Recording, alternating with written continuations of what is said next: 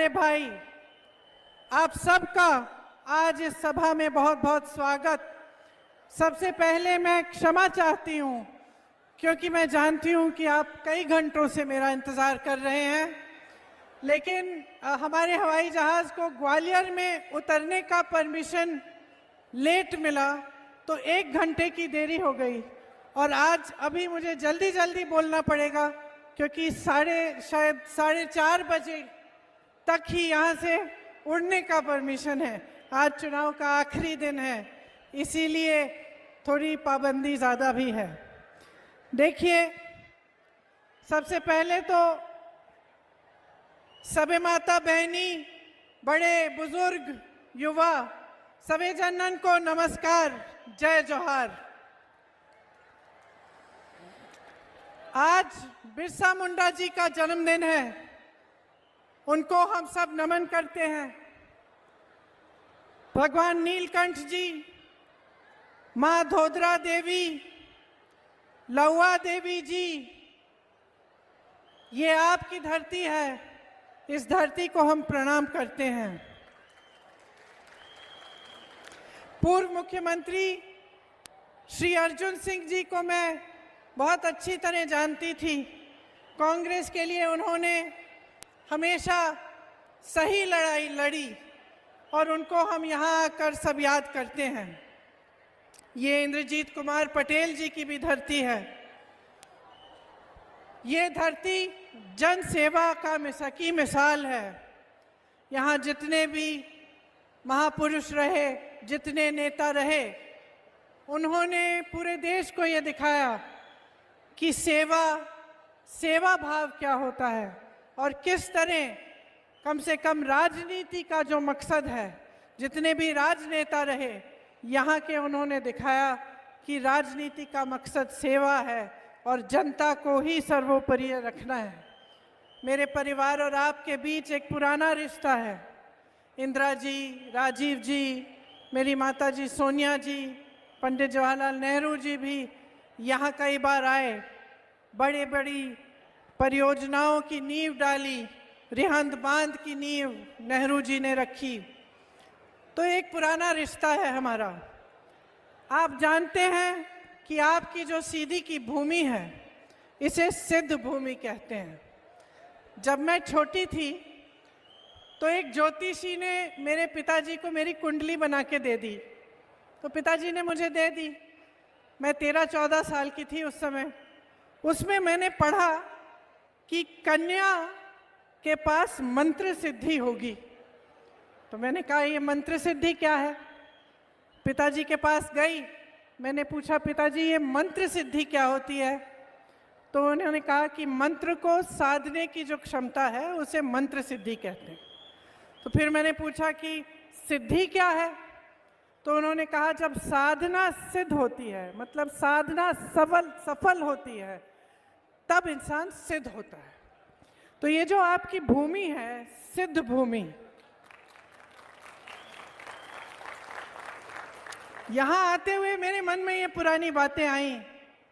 मैं सोच रही थी कि जो आप जीवन जीते हैं, मेरे किसान भाई, मजदूर भाई बहन, जो भी छोटे छोटे अपने कारोबार करते हैं, जो आम जनता है, आप जो जीवन जीते हैं वो एक तरह की एक साधना ही है। उस साधना, जब आप खेती में जाते हैं, मेहनत करते हैं, दिन रात खून पसीने से मेहनत करते हैं, मजदूरी करते हैं, कुछ आप अपना छोटा बिजनेस शुरू करते हैं, एक तरह की ये साधना ही हुई। और मन में ये बात आई कि इस साधना को सफल करने के लिए सबसे बड़ी चीज़ क्या होती है? हर धर्म ने ये सिखाया है, सबसे बड़ी चीज़ होती है जागरूकता। जब तक अपने प्रति, अपने आसपास जो हो रहा है उसके प्रति आध्यात्मिक तौर पर जागरूकता नहीं होती, तब तक इंसान सिद्ध नहीं हो सकता, तब तक उसकी साधना सफल नहीं हो सकती। उसी तरह से जो हमारे देश की राजनीति है, मैं कह सकती हूँ कि जितनी भी साधना आप करते हो, जितनी भी आपकी जीवन की तपस्या है, जितने संघर्षों का सामना करते हो, ईमानदारी से जितने काम करने की कोशिश करते हो, उन सब को सफल और सिद्ध करने के लिए आप में एक राजनीतिक जागरूकता होनी ज़रूरी है। आपको ये जानना ज़रूरी है कि आपके लिए जो सरकारें होती हैं, जो नेता आते जाते हैं, वो क्या करने के लिए तैयार हैं। समय कम है, इसीलिए मैं हर छोटी चीज़ में नहीं जाऊंगी, लेकिन मैं इतना कहूंगी कि मध्य प्रदेश में जो सरकार चल रही है, जो 18 सालों से चलती चली आ रही है, उसने जो आपके लिए किया आपको स्पष्ट दिख रहा है। यहाँ पे जो रोजगार है, 3.5 सालों में इन्होंने 21 रोजगार दिए। जो किसान है वो त्रस्त है, परेशान है, यूरिया नहीं मिलता, किल्लत है, और गोदामों में जो यूरिया है उसको भी बांटने से चुनाव आयोग ने मना इसलिए किया क्योंकि मोदी जी ने अपनी फोटो चिपका दी उस पर। यहाँ आप खेतों में खेती कर रहे हैं, सीजन निकलते चले जा रहा है, लेकिन आपको यूरिया नहीं मिल रहा। जब आप यूरिया लेने के लिए जाते भी हैं तो लंबी लंबी कतारें मिलती हैं, और आपको ये कहा जाता है कि पहले अपना कर्ज चुकाओ। जबकि जो देश के बड़े बड़े उद्योगपति हैं, जो एक दिन में 16,000 करोड़ रुपए कमा रहे हैं, उन उद्योगपतियों से कर्ज चुकाने की बात नहीं होती। उनके कर्ज हजारों करोड़ों में माफ हो जाते हैं, लेकिन किसान से ये पूछा जाता है कि तुमने अपने कर्ज क्यों नहीं चुकाए। इसी तरह से चाहे मजदूरी देखें, चाहे हम किसी भी स्तर पे देखें, तो आपके जो जीवन के संकट हैं, जो संघर्ष हैं, उसमें आपकी सरकार ने कोई मदद नहीं की। तमाम यहाँ नौजवान बच्चे बेरोजगार हैं, सब ने पढ़ाई की, सब की माँ बाप ने मेहनत की ताकि उनको पढ़ा के लिखा के उनका अच्छा भविष्य बन पाए। की कि नहीं बहनें? आप मेहनत इसीलिए करती हैं ना कि आपके बच्चों का भविष्य बने, आपका भविष्य मजबूत बने, लेकिन वो मौका ही नहीं मिल रहा है क्योंकि रोजगार नहीं मिल रहे हैं। जहाँ जहाँ से रोजगार आने चाहिए थे वो बड़ी बड़ी कंपनियां अपने बड़े बड़े उद्योगपति मित्रों को सौंप दी। खेती में मिलते थे रोजगार, खेती किसानी ठप हो रही है, उससे कमाना मुश्किल हो गया है। खाद, यूरिया, सब कुछ महंगा हो गया है। पेट्रोल, डीजल, ट्रैक्टर पे जीएसटी लग गया है। मिडिल क्लास के लिए कोई आगे कोई रास्ता ही नहीं दिखता। जो सरकारी कर्मचारी हैं वो ओपीएस चिल्ला चिल्ला के थक गए, कोई सुनवाई नहीं हुई। तो आप अपने प्रदेश में स्पष्ट देख रहे हैं कि 18 सालों के राज में आपको क्या मिला। मैं यहाँ इस मंच पे खड़े होकर कह सकती हूँ कि जो आपको मिलना चाहिए था वो नहीं मिला। जो नेता सरकार चला रहे हैं वो भूल गए कि आप ही सर्वोपरि हैं। उनकी एक ऐसी आदत पड़ गई कि धर्म की बात कर लेते हैं, चुनाव के समय जाति की बात कर लेते हैं, और उसके आधार पर आपका वोट मिल जाता है। काम के आधार पर वोट देना चाहिए। अगर ये सिद्ध भूमि है तो जागरूकता जरूरी है। जब आप अपना वोट डालने जाते हैं तो सोचिए आपके जीवन का अनुभव क्या है। कोई नेता मंच पे आके कुछ भी कह सकता है। आज मैं खड़ी हूं, मैं घोषणाएं कर रही हूं, मैं कह रही हूं कि कांग्रेस को समर्थन दो।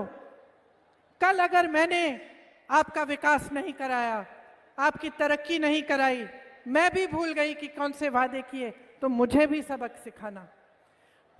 सिखाना आपका दायित्व है। अगर आप जागरूक बन जाएंगे तो जो भी नेता आपके सामने आएगा उसके मन में घबराहट होगी कि मैंने काम किया कि नहीं किया। वो घबराहट होनी बहुत जरूरी है बहनों और भाइयों, नहीं तो नेता भूल जाता है, अहंकार हो जाता है। 18 सालों से सरकार चलती चली जाती है और जनता को नकारा जाता है।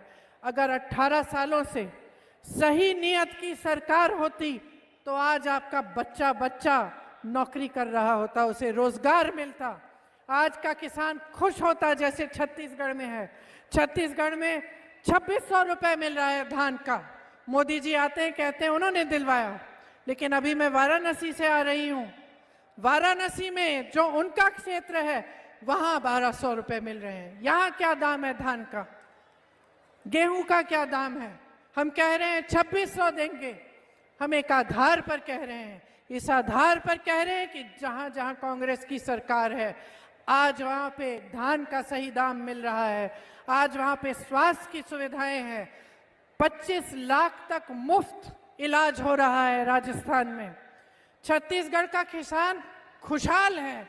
जो पलायन करके चले गए थे वो वापस आ रहे हैं, खेती करना चाहते हैं क्योंकि खेती में रोजगार बढ़ रहा है।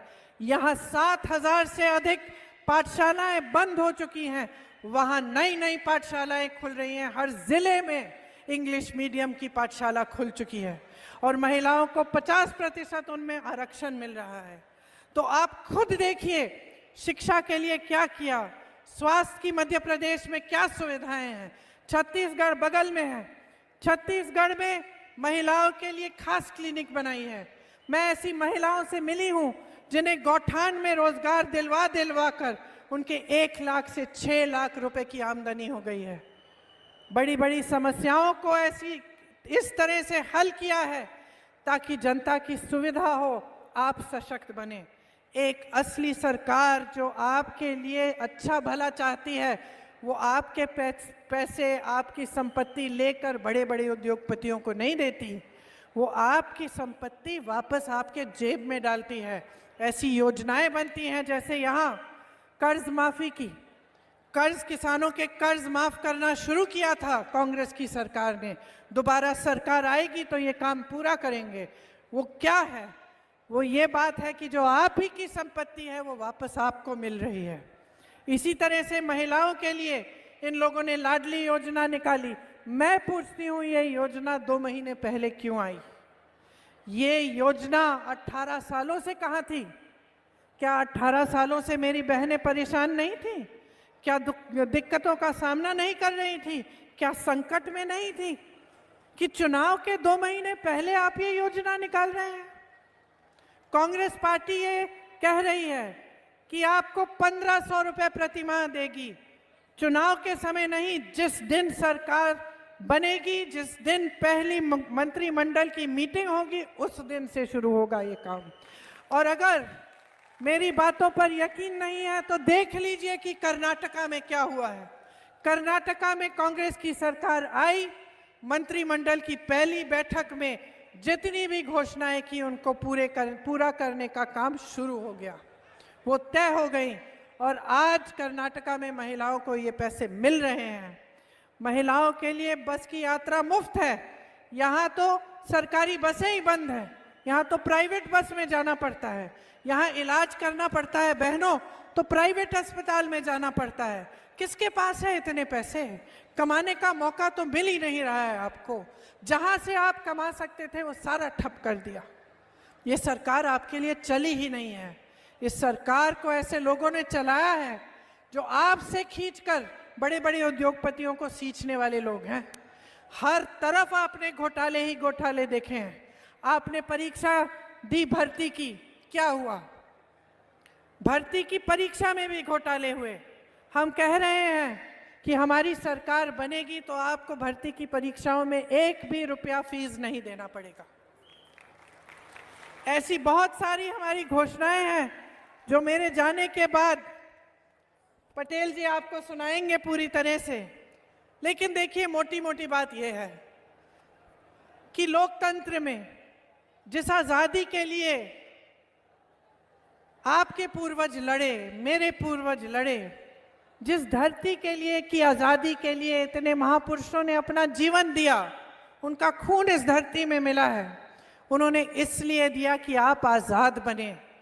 गांधी जी कहते थे कि जब तक ग्राम स्वराज नहीं आएगा, जब तक गांव में को सशक्त नहीं करेंगे, तब तक ये देश पूरी तरह से स्वतंत्र नहीं होगा। तो एक असली सही सरकार सबसे पहले गांव में रोजगार दिलवाएगी, गांव को सशक्त बनाएगी, पंचायतों को सशक्त बनाएगी, आपके हाथों में आपकी शक्ति देगी। ये एक असली सरकार का काम है और यही काम कांग्रेस की जितनी भी सरकारें हैं, चाहे राजस्थान में हो, चाहे छत्तीसगढ़ में हो, चाहे हिमाचल में हो, सब सरकारें आज के दिन कर रही हैं। तो मैं आज, समय बहुत कम है, शायद मुझे सुनाई दे रहा है कि हेलीकॉप्टर भी उड़ने वाला है, आपसे क्षमा मांगती हूं कि मुझे जाना पड़ रहा है, लेकिन मैं सिर्फ एक बात आपसे चाहती हूं, जो भी बातें आप सुने, चाहे हमसे चाहे दूसरी पार्टियों से, ध्यान से सुनकर उनका खुद आकलन करो। खुद देखो कि आपके जीवन में क्या अनुभव रहा है, क्या आपकी तरक्की हुई है कि नहीं, और अपने अनुभव और अपने विवेक से ही अपना वोट दो। मुझे पूरा विश्वास है कि अगर अपने अनुभव से आप वोट दोगे तो आपका वोट कांग्रेस पार्टी को जाएगा और जितने यहाँ उम्मीदवार हैं उनको जिताने के लिए आप पूरा समर्थन देंगे। मैं आपसे फिर से क्षमा मांगते वक्त आपसे आग्रह करती हूं कि मेरी बातों को सुनिए, और शायद अगर आप मेरी जो मैंने आज सुबह भाषण किया था वो भी सुना सकते हैं किसी माध्यम से, तो आप मेरी बातों को सुने और भारी बहुमत से कांग्रेस को जिताएं, ताकि हम आपको एक ऐसी सरकार दे पाए जो आपके लिए 24 घंटे काम करे। जय हिंद।